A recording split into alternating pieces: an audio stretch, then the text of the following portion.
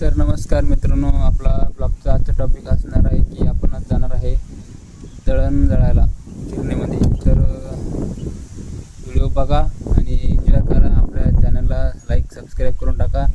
आपल्या चॅनलचं नाव Dhanraj DSP day.